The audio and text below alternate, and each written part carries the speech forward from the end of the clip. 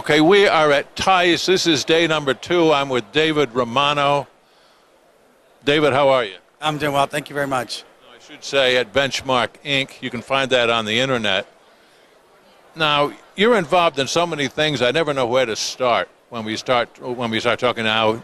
We are in the WFCA stand here, and this is pretty well traveled, which I guess means they're gaining membership. One of the new and interesting pieces of information from the WFCA is WFCA University, which you're heavily involved in. Tell us about that. Yeah, it's interesting. It's a WFCA University that's powered by Benchmarkinc. So our group is working with the WFCA to provide training for the entire flooring industry. Because as you know, there's some groups that have it, and there's some groups that don't. So this is a way to level the playing field so everybody has access now to education. And we took a pretty unique perspective. So we're doing an online university that's got 40 modules in it, and that launches, the platform goes up on August 1st. And it's a monthly membership to get access to the university. But we didn't go product focused because you can get product just about anywhere. We went strategy focused. So we've got modules for owners on financials. We've got modules for owners on how to pay people and how to manage your staff. We've got a bunch of modules for retail salespeople on selling strategies. We've got stuff for sales managers. We've got things for merchandising control. So it's a way for an owner and their management team to understand all the facets of running a flooring industry or flooring business, because as you know, it's pretty hard to make money. Lots of money in the flooring industry, so this is a way to really help that perspective. And we did a big focus on hiring new salespeople and providing them the strategies of what it takes to be very good at closing sales and making things happen inside the flooring stores. Now, I get the idea. I just talked to some people that were involved in seminars here for the Tuesday was Education Day, but seminars are ongoing through the show, and there seemed to be, I don't know record numbers, but certainly a lot of people have turned out here, which I suspect means that this industry is in tune to getting better and getting better educated.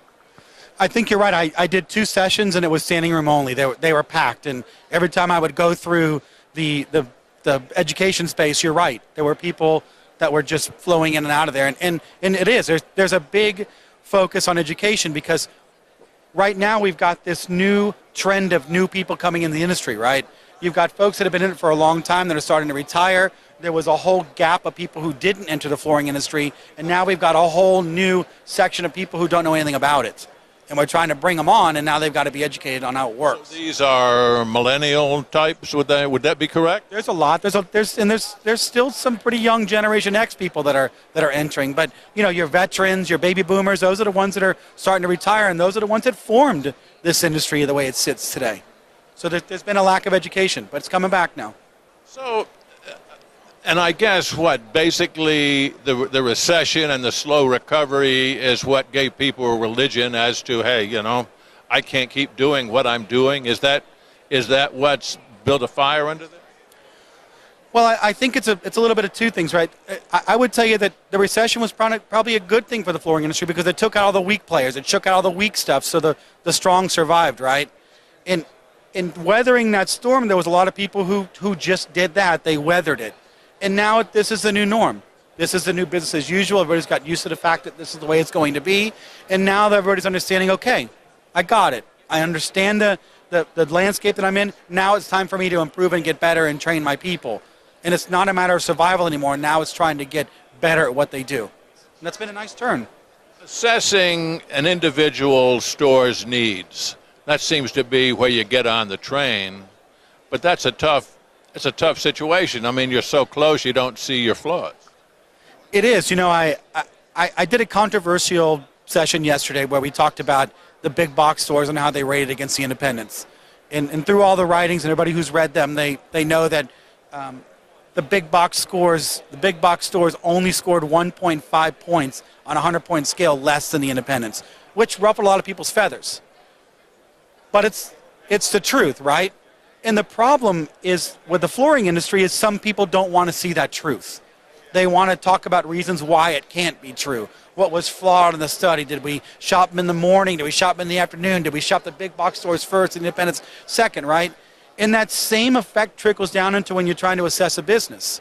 look, they feel something's wrong, and when you give the answer, they don't want to hear it because that involves work.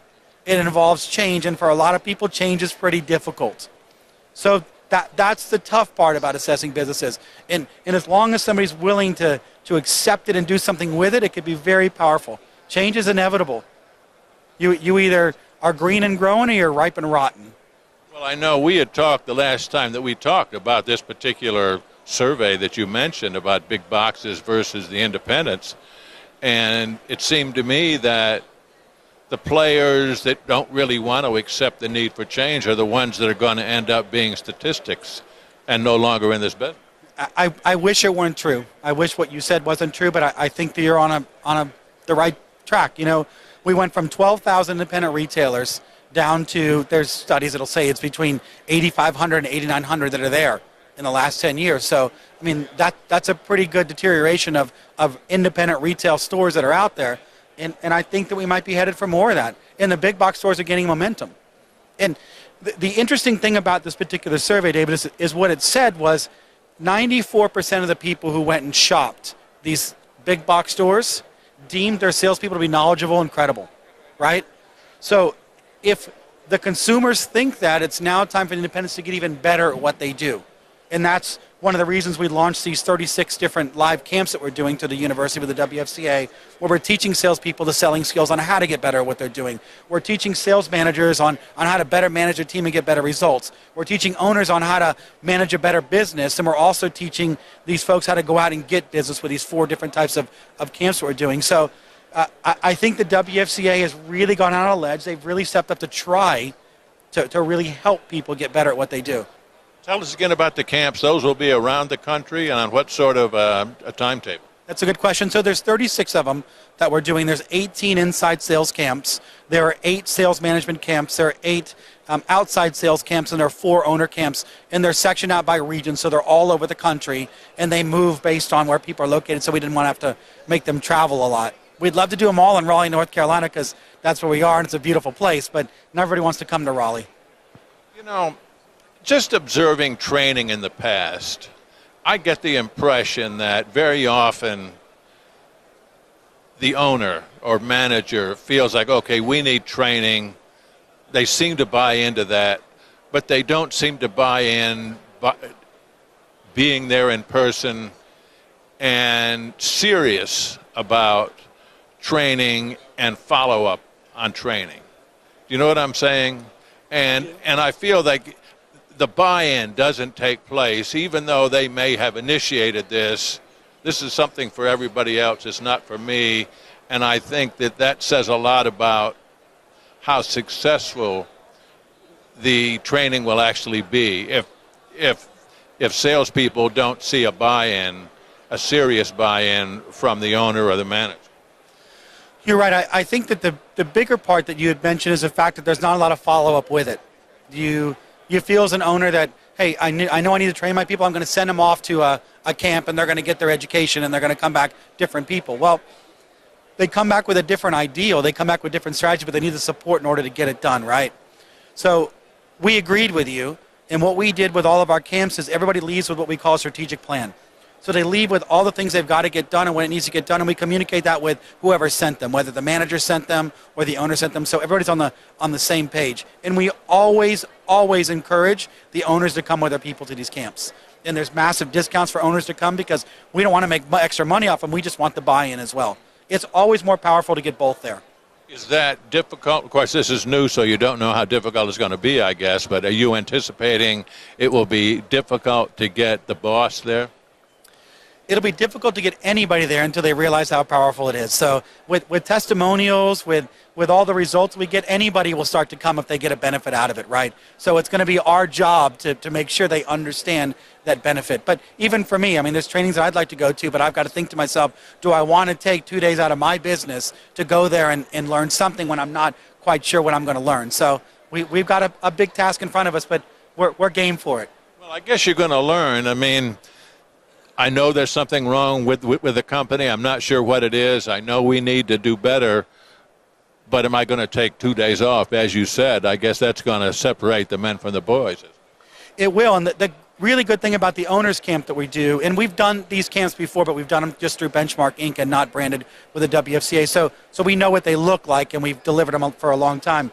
But the owners camps, you're in 2 days with people just like you, talking about issues they need to solve. We all work together to get there and determine best practices. And once again, you leave with a plan as an owner. So who better to learn from than your peers, right? So then this will be available. You said this was in August when this will be. The online content launches August 1st, the whole platform, but the camps are already scheduled. So you can find them on our website at bmarkinc.com. You can find them to the WFCA. We communicated pretty well with people about those things, but they're live and people have already registered for lots of those camps.